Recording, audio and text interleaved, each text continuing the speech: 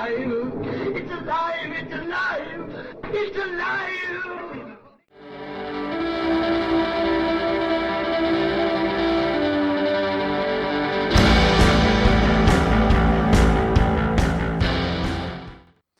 Hello and welcome to Alive After Reading. I'm your host, Tim Niederreiter, a little bit high after my 6,000 words in an hour session. I haven't done that in a while, actually. I know people think people say that I'm quite a dictator, but I'm not the supreme dictator yet. I have to retake my throne, so I'm on it. Oh, God, why? Why did you feel the need to make that pun? Why? It's one of my favorites. Oh. Hi, and you can hear on the line Paul E. Cooley, author of The Black and series and the Derelict series and other stuff. Hi, Paul. Sorry for ruining this episode before it even got off the ground. Tim, certain of my brain cells have committed suicide. Thank you so much for adding to the tally. Well, I'm proud to help you and your brain cells. Yeah, my brain will be filing charges later. How are you, Tim? I'm doing well. How about you? I did a brief introduction for you, but you have this new series. Well, not new series. The refresh, the re-release of The Black is coming out, right? Yeah, we dropped the first book, the second edition. God, was it 3 weeks ago? 2 or 3 weeks ago, I guess. I've lost track of time. So and who knows when it will be when I actually get to release this, because I'm getting piled up with episodes lately. I know that feeling too. That was I'll make released sure it comes out before July. the end of July. We'll do a special episode if we have to. It was released July 2nd. Okay. That's what it was, July 2nd. 2022, in case this takes real long. 2022. So basically revised text, new artwork from my buddy Scott Pond. Did an amazing job. The cover is just, I want it on print. You guys haven't really seen the whole thing. That cover really captures what was great about the original, and then it adds all this wonderful contrast and color to it. Yeah, that's what really struck me about it, and I'm hopeful that we can continue that kind of thing all along the rest of the series as we re-release the first 3 books in the series, and then I've got some work to do on book 4. I just finished book 5, and I'm starting book 6. Oh my! Is there an end in sight for The Black? That of book 6. Okay. Yeah, I've still only read the first one. And I've listened to some of the stuff. I forget which one it was. I think it was from Evolution. The one I forget which one that is, what number that is, that you read at Balticon in 2019. Oh God. Yeah, I guess that was when Evolution came out. I can't even remember now. It's been so long. Well, it's okay. I remember it was a work in progress you were reading from, so maybe it wasn't Evolution. Maybe it was a newer. Oh yeah, it was a work in progress from Extinction, actually. Oh wow, okay, yeah, because it was the scene. I don't know. Spoiler alert. Where this? Do you mind if I tell people a little bit about the scene? Because it was so striking about this like organism that was gradually evolving, and I hadn't read the first book at this point, so it was a little confusing for me. I'm such a slow reader. But it was like, oh, okay, so this thing has been like destroyed and it's gradually rebuilding itself from it's not intelligent to it's eating bugs to etc. until and who knows where it's going to go from there. Obviously, terrible. I ain't saying a goddamn thing. No, I'm just explaining this to the benefit of the listeners, so we're not privileging ourselves over them. Every book in the Black series, the creature gets more complex and more details kind of emerge from it. So it's kind of a journey for me as much as it is for the readers, because I'm gradually figuring out things it can do in different biomes. Because in the first 3 books, the creature is pretty much buffaloed into buildings or, isolated on a rig.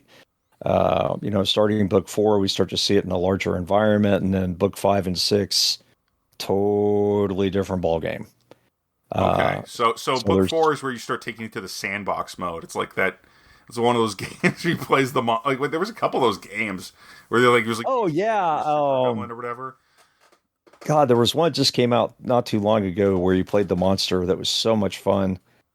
God, I can't remember the name of it now, but it was a creature very much like the Black.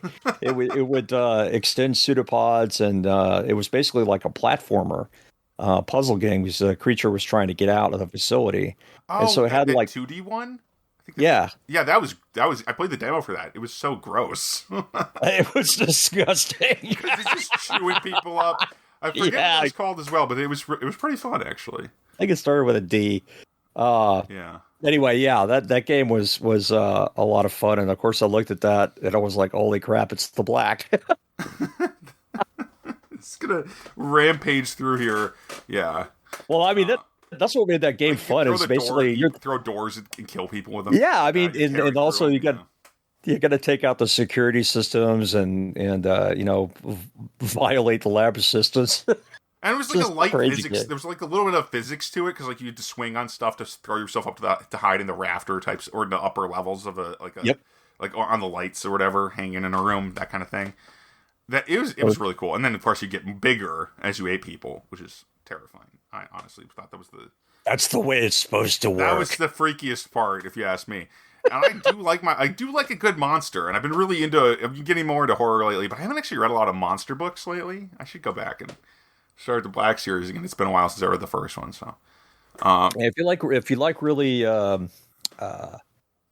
scientific and a nice mix between scientific plausibility as well as the horror vein, Scott Sigler's got several books that fall in that category. Ancestor's a really good one. Okay, Ancestor. Okay. Yeah, I know one of them didn't one of them have like killer cows in it? Anyway, never mind. That would be Ancestor. Oh, really? Okay, well then I'm all over that. Well, that's why the tagline was, "That ain't no fucking cow." I'd love an animal that can eat me. Not really. I'd love to read about an animal that could eat me. Exactly. It's a little bit different when you think about opening a closet and having one spring at you. That's a little bit of a different animal. Yeah. I mean, I'm sitting. It's funny. People might not know this because I don't share the video, but my recording situation is right in front of a closet door. So if at some point you just hear a yelp and then the slam of a door, you'll assume I've been dragged off to hell or something. Okay, but if I don't hear the spatter of liquid, then I'll know you're okay at that moment. Maybe, or it could mean, and if you do hear the spatter of liquid, it might mean I just dropped my lemonade. So. Well, this is true. Possibility. But, I don't want to assume anything. This is true. Yeah, exactly. Anyway, so monsters pulling me into closets aside. I mean, that takes me back to my Calvin and Hobbes reading days. Seriously. Oh yeah, that really did set me up. What was the Nauseous Nocturne, the poem from one of the books, where it's a poem about the bed monster, the monster that lives under his bed coming to eat him. Yeah, and then they had one in Bloom County. Bloom County, they always walked out and scared the hell out of Blinky Binky. I can't remember what his name was. Oops. No, it was one of the boys. Oh, it was one of the boys. Okay. So it would come out and scare the hell out of him by reciting whatever the latest political news was, which was absolutely hilarious. That is great. The kid's looking at him like, "I'd rather you eat me." Soon you will be at peace, or not. Or not. Yeah, soon you'll be a pile of bones at the bottom of the stairs. Anyway, but actually, now that I think about it, the Calvin and Hobbes one, I'm not familiar with the Bloom County one, but the Calvin and Hobbes, especially the imagery in the multi-page, color page A Nauseous Nocturne poem, really struck me as a kid. And I grew up reading Calvin and Hobbes. Like that's one of the first things I read on my own was the Calvin and Hobbes comics, because we had all these collections. All the collections, in fact, I think, as they came out. Parents were big fans, and of course, so naturally I grew up that way. But I think that's what kind of that particular poem really struck me all the time. Like I could recite it by heart when I was a kid. It was that kind of thing. And it's really kind of grisly. The art in that is actually pretty like there's little skulls and stuff. He's imagining himself being eaten by a monster. I don't think I've seen this. I'm gonna have to go look at. Oh, it's terrific. It's one of the best things in Bill Watterson ever drew, I think, and he did really well. He's an amazing cartoonist. Oh yeah, I was reading him in college, so yeah. Oh yeah, I forget which volume it's in because it was added for one of the collections, right? It's the beginning of one of the collections, but that was my favorite, and I think it set me up to actually kind of low key, even though I never watched horror movies when I was a kid. I was like, okay, I'm not interested in that. And I'm like, no, actually, I am kind of interested in that. When I started watching, when I saw Alien, that kind of stuff, went back and watched that stuff. Right. Yeah. But I used to be less into horror, and I'm getting more and more into it, and I'm like, wow, this is crazy. Why am I guess I'm that guy now. I'm becoming that guy who watches Ringu on his own in a dark room. Anyway. There's nothing wrong with that. It's perfect. I like that. Movie's a great movie. Yes, it is. And it was surprising to me how much it reminded me of Call of Cthulhu adventures I've played in college. Where it's like, oh yeah, basically we're investigators. We're trying to figure out what this monster is and how to stop it. It's less about just being murdered because it's not a slasher movie. Yeah, and that's what's really funny. Like if you talk to somebody like Terry Mixon, my other co-host on Dead Robot Society, when he hears the word horror, that's all he thinks of is Friday the 13th, Jason jumping out, or Michael Myers, cutting off your head with a chainsaw and blood everywhere, and that's not horror. That's slasher. Yeah. In a lot of ways, Alien is the first sci-fi slasher. Yes. Because there's absolutely nothing other than trying to survive. There's no research. There's no investigation. There's how the fuck do we get this thing off the ship? And how do we live through it? And like a lot of go on. Sorry.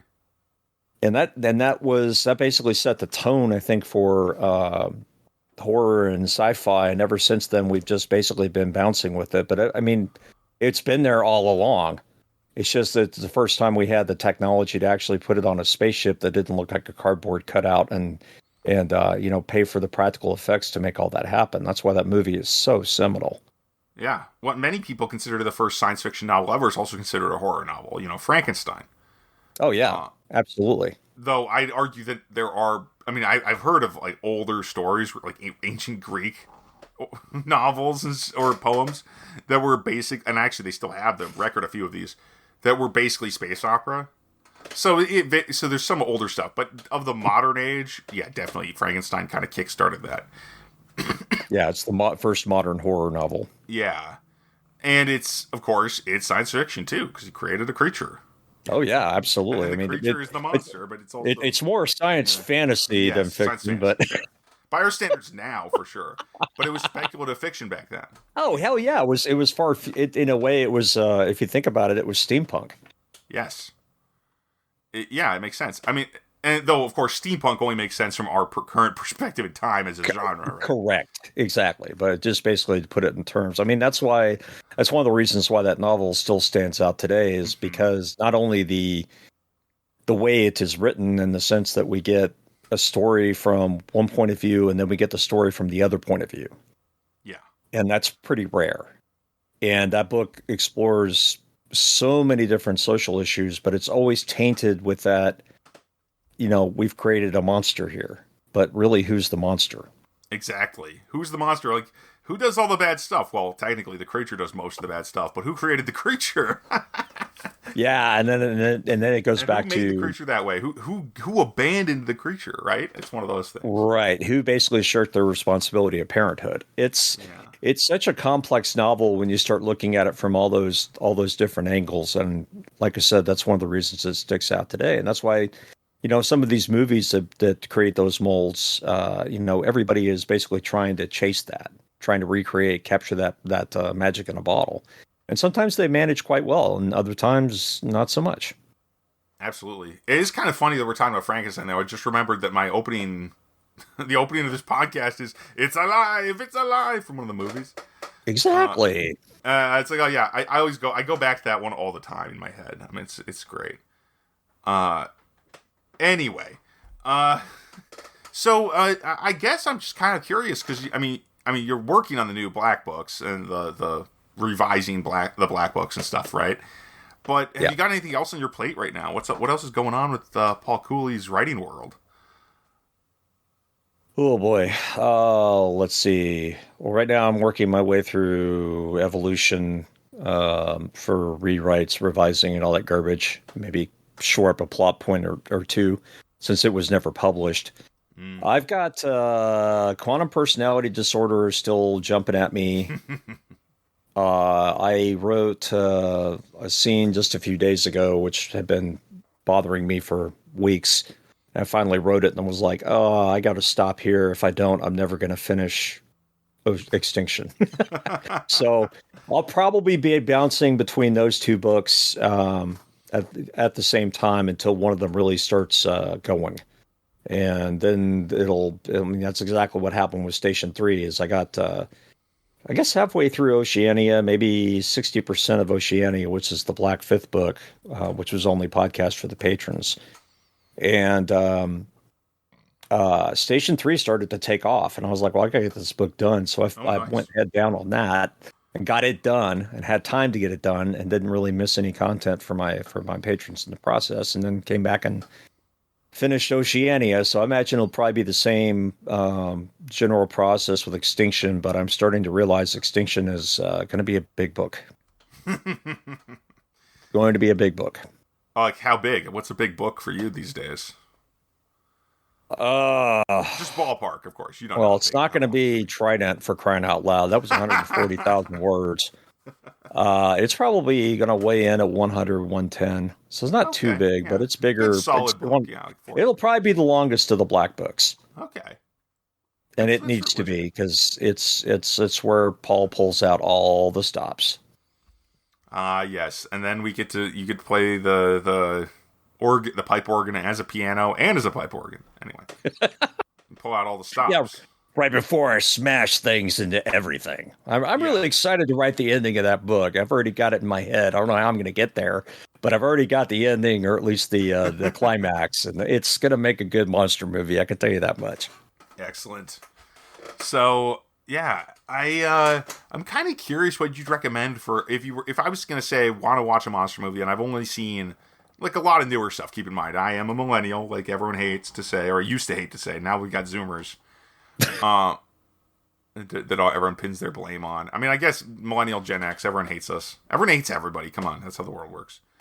Well, Gen Xers don't hate anybody. We couldn't care less about you. Oh, that's a fair point. I meant, but people hate Gen X for some reason. I don't know why. Yeah, because we don't give a shit. Oh, yeah. Okay, that makes sense. That actually follows. Maybe you guys deserve it. But I guess my point is, I want, was it a 10 Cloverfield Lane? Must have been one of the movies that I started realizing I was into horror even after I'd watched Alien. I'm like, wow, I actually liked that. That was fine. That was though that's a newer one, right? And, yeah, that's newer. That's what I'm getting at. And I have to watch The Thing. I just watched They Live, and I'm like, I need to finish this month by watching The Thing. I'm going to do it. Oh, you need to watch The Thing. That is, in my mind... Oh boy, there's Alien and then there's The Thing, and they're two extremely different movies that capture different sides of the horror coin. Because The Thing is as much suspense as it is action and rolling around trying to figure out what's going on. And there's some scientific components in there as well. And of course, you're stuck with a whole bunch of scientists in the South Pole, so they're going to have some ideas about what's up. Whereas Alien, these folks have no clue, nothing. They're not necessarily terribly well educated in any of the sciences, and the one that is, they can't count on. Won't go any further than that. So it's kind of a different setup, but whereas Alien, it's another creature, and The Thing, it's a creature that is a shapeshifter. Right. Which means that you have the problem of you're in that uncanny valley now where you don't know if any of the humans around you are human. Yeah. So it's a different feel. It's a different Paranoia obviously goes right in there with the kind of the themes of They Live as well. Obviously, another John Carpenter. Oh yeah, absolutely. Paranoia is a big deal. Nicely there. Yeah, paranoia is a really good component of suspense and horror genres. Although, I have trouble making the demarcation between horror and suspense a lot of the time. That makes sense. They're close. I'd argue that maybe suspense is more of the element that you use to create horror. More. That's how I tend to think of the difference, because suspense goes in a lot of stuff that people would not consider horror. Even I wouldn't consider horror. Say that. I guess maybe the distinction is pure horror would be you not only see the monster, but it smacks your head off. Yeah. Suspense would be I don't know if the monster who's going to smack my head off is around the corner. Right. Yeah. Or I kind of think that's one of the reasons I'm not sure what I'd call the first season of True Detective, because it is suspenseful, but I'm not sure if I would call it horror, you know? I love that. I think that's solidly in the suspense category, but it definitely has serious elements of horror with it. Yeah, obviously. I mean, like a lot of serial killer based shows or weird ritual based. You know, a lot of those detective shows have this horrific element to them because there's the murder has to be pretty exceptional, or we don't really notice them the same way, which is, says something about people, I guess. But well, that's why serial killers are kind of their own monster group. Mm-hmm. Again, it's that uncanny valley. You can't understand why someone would think those thoughts and carry out those acts, because the thinking runs counter to how you've been socialized and the lessons you've learned and the ethics you've built up and the moral compass you've developed. And when you're talking about something that is so alien to that, like trying to put human qualities on a crocodile, it's not going to work. And basically, serial killers are apex predators that, for whatever reason, it could be psychopathy, it could be just good old plain sociopathology, but there's something is off. Mm-hmm. And the trick is, when you have those characters, is to show just how off they are. And as a writer, I like to dip into that well. I've got several novels and short stories and novellas that deal with the fiends, so to speak. And that's basically a central component of it. Is not so much what they do. For me, I'm interested in as much what they do as I am the way they think, and what their motives are, and why they're doing what they're doing. And that could have a supernatural component to it, or it could just be the way they were raised, conditioned, things that happened, whatever. Something broke. As far as we're concerned, or regular humans, I guess. Something is broken, and that person is malfunctioning. Yes. It's very much they're the diseased cell in a body in that way. They're the thing that it's destroying or would destroy as much as it gets in contact with, that kind of thing. Yeah, it's mental and social distortion. Wow, it sounds like a band name. I know social distortion. Mental distortion. Yeah, mental. Yeah, good name for a song. I think Frontline Assembly made that one. Anyway, those areas of quote unquote horror, although I guess lately they've been more mixed with suspense and thriller and mystery. Where would you put the movie Seven? I actually, I've never seen the whole thing. I've only seen the very beginning and the very end, and like the tail end. I mean, like the tail end. I need to watch that movie. I need to watch it. Oh God, that one will fuck your head up. I look forward to that. As much as I've been kind of steering clear of it because the Kevin Spacey connection. It's like it makes me feel weird these days. He's like, yeah, I know you're a bad guy, but even you're playing a bad guy, it feels weird. My favorite movie used to be the Usual Suspects. That used to be my favorite movie that I'd watch all the time, and when I was growing up, which is kind of weird. I guess that says something about me, because that's a strange movie to rewatch a bunch of times. I don't think so, because you're trying to look for hints. What did they also leave? And how many times is that character actually... How many times does can't believe I'm doing this. How many times does Kevin Spacey's character actually admit what he is in that movie? When nobody can possibly understand what he's saying. How many times does he tell the audience straight out what he is and who he is? And it's so hard to catch. How did the writers do that so deftly? It's a very interesting movie, but again, like I just got to get over the whole this guy's this like literally almost this guy's like the same kind of guy who was in that movie in real life, which is more disturbing. Not quite. Well, no, I mean, maybe. I mean, he's not like a crime lord, but he is definitely a douchebag. Anyway, yeah, I'm not going to disagree with that. And I don't know. I don't want to get into conspiracy stuff here but I semi believe in some assassination in some of his accusers being killed, because it's just really weird otherwise. Anyway, I believe in that. Like, I think it would make sense if that happened, but I hope it didn't happen that way, right? No telling. Yeah, there's no way of knowing. Anyway, at least not for us. I'm not a detective. God, I'm not going to be one of those, like, cozy detective mysteries where I'm trying to find out if this actor is actually a serial killer. That's not going to happen. Or hired a hitman. That would not be a cozy mystery. A cozy mystery usually doesn't have stakes that high. That's true. That'd be a crazy, like, I don't know what kind of mystery that would be. Probably the mystery. That would be a suspense thriller that the kind of suspense thriller I would write. Yeah. Okay.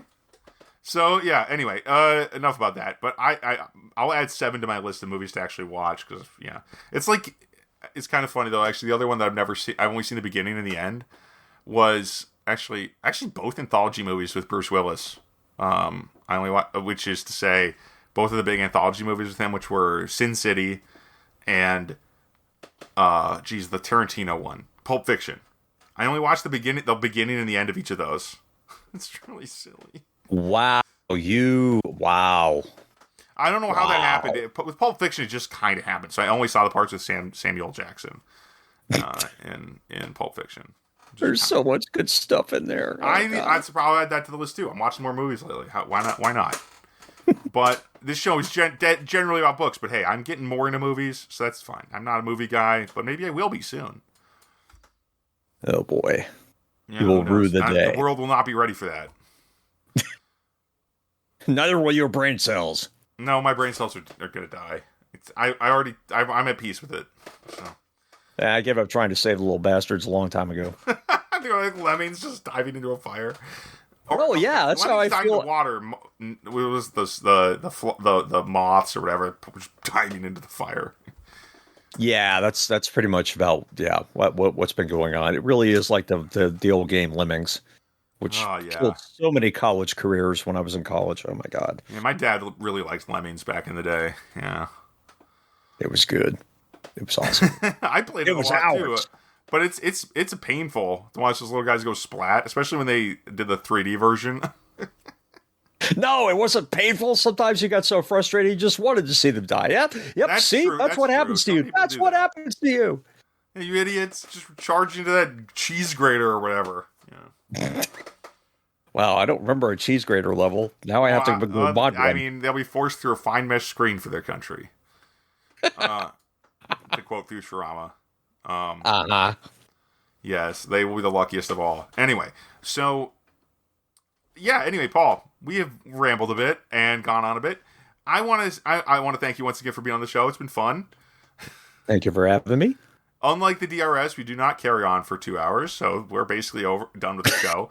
Are you trying to say my show goes too long? What are you trying to say there? No, it's just a difference between the shows. I like your show. I watch your show all the time. You know I know, and what made me talk to you about that.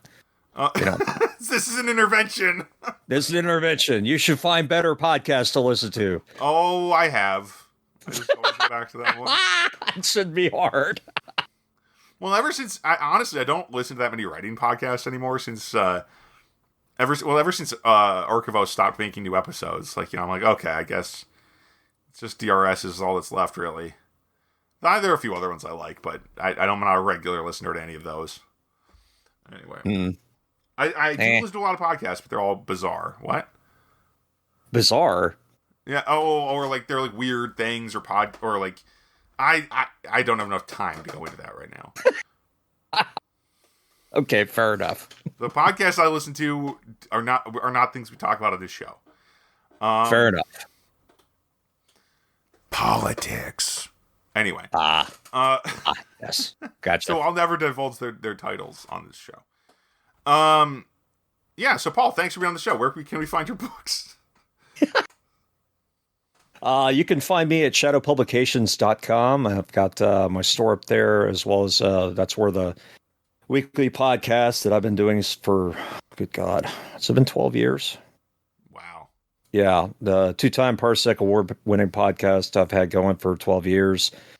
Free novels, stories, etc. up on the podcast. You can find me at youtube.com/Paul E Cooley, where we're currently podcasting Station 3 and several other books are up there, as well as the entire Derelict saga. All nice. 80 hours of it, or whatever the hell it is. Ooh. Yeah, it's a big one. You can also find me at Dead Robot Society. Our podcast is up there, youtube.com/DRS podcast, where Terry Mixon and I show up and cause mayhem on a regular basis for people like Tim. It's entertaining. It's entertainment, folks. Yeah, we're just crazy. Of course, all my stuff's available at Amazon and all the usual retailers and blah, blah, blah. There you go. And as for this podcast, thanks again, Paul, for being on. You can find more of the podcast at mentalcellarpublications.com or timniederwriter.com. But I see, this is the problem. I came up with two names. Both of them are hard to spell or hard to understand. So whatever. Find it wherever you find it. Hosted by Libsyn, etc. And you can find my books on Amazon.com. Demon Scroll is pretty good, if I do say so myself. But I also have a lot of other ones. And thanks for listening, everybody. Talk to you again soon. How soon? You may never find out. I'll just suddenly be there. So keep watching the feed, keep watching the skies, and have a good one. Bye-bye. Bye.